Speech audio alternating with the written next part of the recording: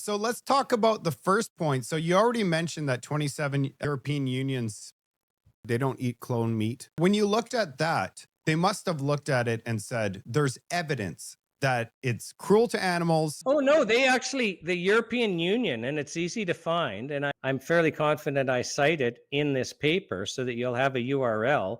They have a scientific opinion document. So they looked into it and they decided to ban. So they actually, the European Union, not only are the 27 member countries, and none of them are they eating cloned meat, the cloning of farmed animals themselves is banned.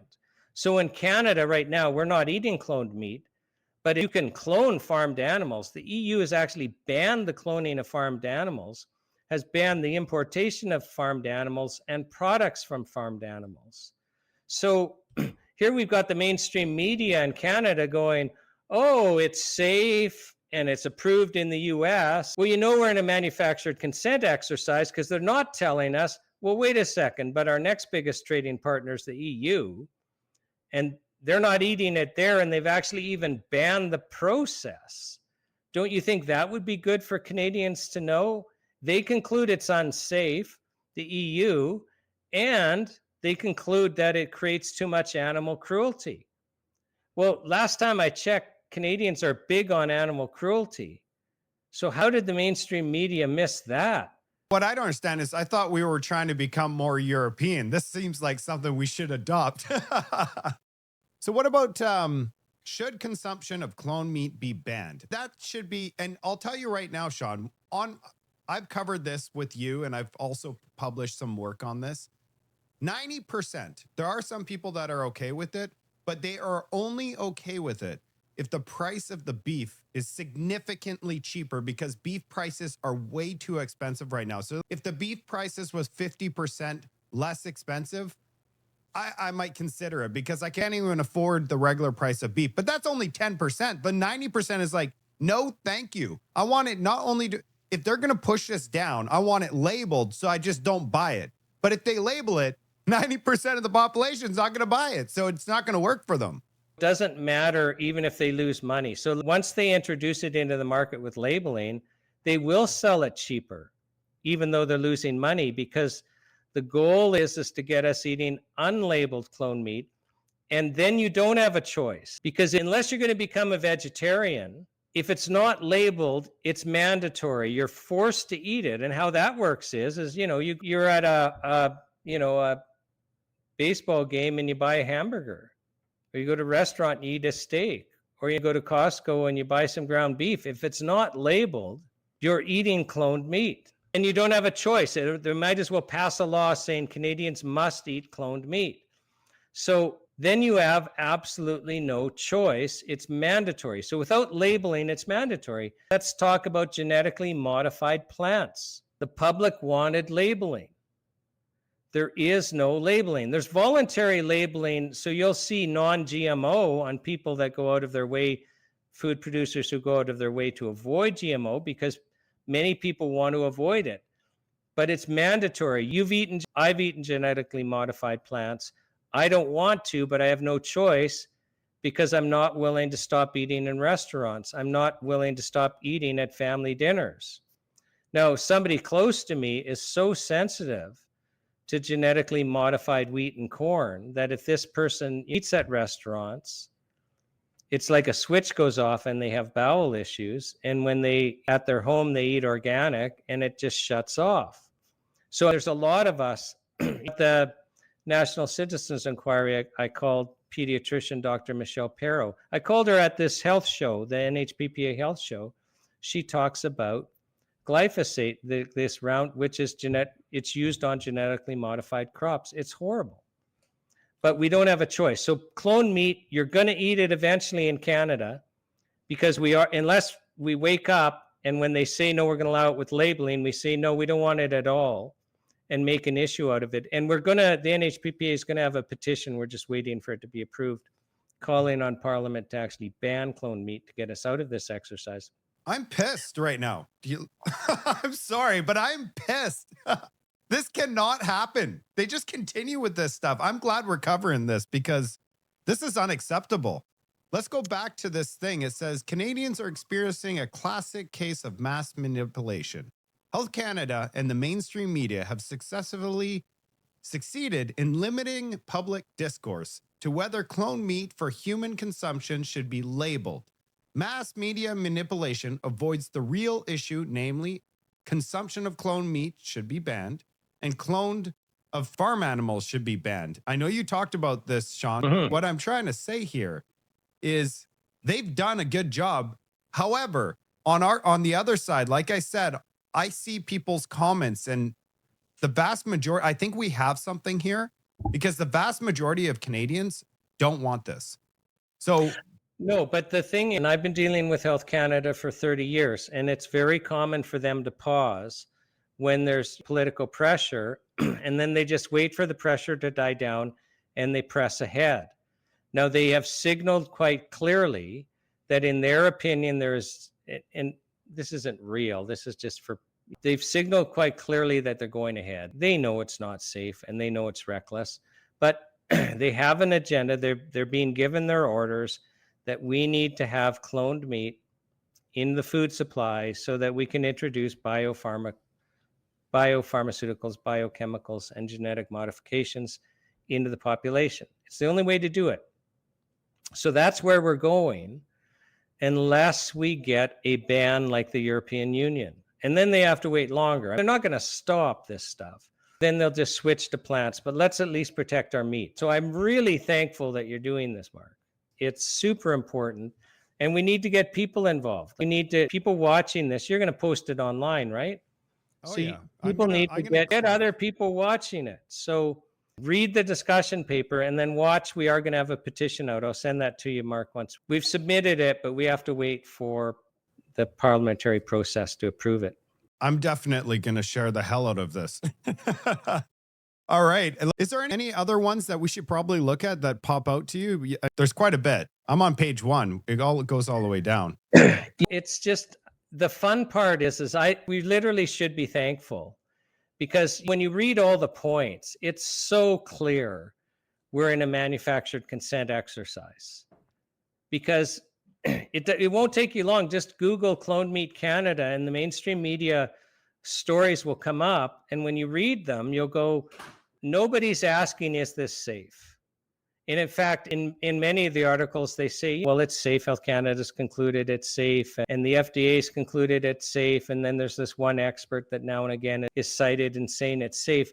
So the mainstream media is saying, well, it's safe. And they have us only, well, the only issue is there's no labeling. Well, wait a second.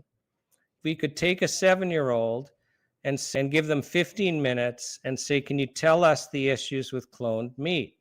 And they'd come back to us and say, well, you know, it is banned in the European Union. So how can it be that none of the mainstream media have mentioned that it's banned in the European Union? The 7-year-old would come back to us and say, there are no human safety studies, not a single one. Don't you think that should be mentioned by the mainstream media to the public, that there are no safety studies, human safety studies? There really are no animal safety studies. So for cloned pork, there's none. For beef, there's a few small rat studies of it would really only be preliminary data. It would not be enough to justify approval of human clinical trials to address safety. So we're not even there on the animal studies. Don't you think that should be mentioned? What's the part of the Bill C-69 2024 about the labeling component? The C-69 so in C-69 is our 2024 federal budget bill. So when the federal government is spending hundreds of billions of dollars, they have to create programs, they have to tweak laws. And so the budget bill, they're usually like a phone book, they're really long, and they're meant to enable the federal government to collect the money they need and to spend the money that they're saying they're going to spend in the ways they're going to spend it. You don't expect there to be substantive changes to our food and drug safety laws, but in the 2024 budget, they made substantive changes to our Food and Drug Act, which basically permit the Minister of Health to exempt any food and drug or any class of food and drugs from really basic fundamental safety provisions in our Food and Drug Act and all of the provisions, safety provisions in our food and drug regulations. So this would enable, remember, the end goal is to have Canadians eating cloned meat that is not labeled, and then it's mandatory. We're all eating cloned meat, not all the time, but we're all eating cloned meat, to introduce biopharmaceuticals, biochemicals, and genetic modifications. Well, you can't subject the human population to a biopharmaceutical under the Food and Drug Act without requiring labeling. So the Minister of Health is just going to have to exempt biopharmaceuticals in cloned meat from labeling. So that's why we've mentioned that is they've already put into place the legal framework to enable us to be eating cloned meat, being vaccinated without knowing it, receiving drugs without knowing it, receiving genetic modifications without knowing it. And we know, for example, from genetically modified plants that some of the genetic modifications transfer to us. So one of the problems with genetically modified corn that makes an insecticide called Bt toxin. So it's wonderful for the farmers. The corn itself creates the insecticides. So if the insect eats the corn, the insect dies. Now, you and I eat the corn filled with insecticide. You can't avoid it. It's not sprayed on the outside. It's actually made in the corn. But studies have shown then that people that eat genetically modified corn then start making Bt toxin themselves in their digestive tract. So we already know that that mechanism exists of transference of genetic modified things like getting corn to manufacture an insecticide. Well, now both us, if we were tested, Mark, likely you and I are producing Bt toxin in our digestive tracts. I'd be surprised if we weren't. So you and I are now insecticide manufacturing facilities because of the genetic modification. Guaranteed, because back in the day, it seemed like we were a lot stronger as a society. And now people have chronic illness. Everybody's tired all the time. People are constantly trying to we're all on pills for everything. Mm-hmm. And it's clearly because our food is toxic. Well, our food is toxic, and our food no longer has the nutrients that we need to be healthy. As shocking as it may sound, you need certain nutrients to be healthy. They're not in our food anymore. And anyone can do their own research on this. The U.S. Department of Agriculture, since at least 1900, has been surveying our food supply and documenting how many vitamins and minerals are in our vegetables and crops and the like. And it's just been steadily going down. And long ago, they raised the alarm saying you actually cannot get what you need from our food supply anymore. So you must supplement. You will become chronically ill or die prematurely unless you supplement in Canada. Our food is no longer food. And that in itself is part of the puzzle, isn't it? We've trusted Health Canada with our food supply. And even 20 years ago, if I walked into a supermarket, I knew there were chemicals and pesticides and herbicides. And, I knew I should avoid processed foods, but I really wasn't worried, Mark. As long as I tried to eat organic and do well, I wasn't worried. Now I'm worried. Literally, again, let's just put on our conspiracy theory hats and pretend we're Health Canada. And our goal was, let's make the food supply as toxic as possible without the population reacting and going, you must stop. I think we're there. Is it possible for our food supply to be any more toxic without the population reacting? I don't think so. It's garbage. It's awful. And that toxic load is making us sick. During this NHPPA health tour, I would ask the question at the live events, or just point out that most of us, it's like we're on a walking journey and Health Canada's put a knapsack on our back with 100 pounds of toxins in it. Well, we can still walk around, we can still go to work, we can still go uphill, but we don't know what it's like to walk without that 100-pound weight on our back anymore. And it's likely, Mark, that no one in Canada actually knows what it's like to feel healthy anymore. I agree with you. We all have a toxic load on us, and we are not getting what we need from our food. So every one of us needs to get advice from somebody who will, what are you eating? What's your lifestyle? And then they'll say you should take these supplements, these vitamins, these minerals to avoid chronic sickness. and most people will find an improvement in mood. It's so important that Canadians know because nobody else is covering any of this stuff. No, that's the problem. That's how you're in a manufactured consent exercise. And the interesting thing is remember we were talking about how this will be mandatory. So the goal for sure is to have us eating cloned meat without labeling, because the only advantage is the biopharmaceuticals. Like I say, they know cloned meat is prone to genetic defects and they can't predict the risks. They know that it creates animal cruelty. They know that those few animals that survive will be filled with drugs and antibiotics and hormones, and that we shouldn't be eating them. And it's not like anyone's lining up to do this. So there's a completely different agenda, but it kind of raises the question is, how is it that we gave Health Canada authority over our food supply anyway? Why have we given a government agency the right to say, well, it's okay to put this chemical in our food, which isn't okay? You and I both will test positive for glyphosate. There's no safe amount. It causes cancer. It leaches minerals from us. It shouldn't be allowed on crops. So how did we end up there? We've all so trusted them that until now, we've been willing to eat in restaurants. We're willing to just buy food. We're not doing our own research. We're not on detoxification protocols, and we should be. Listen, if you want to be healthy, if you want your kids to be healthy, you have to have detoxification protocols that you go through regularly.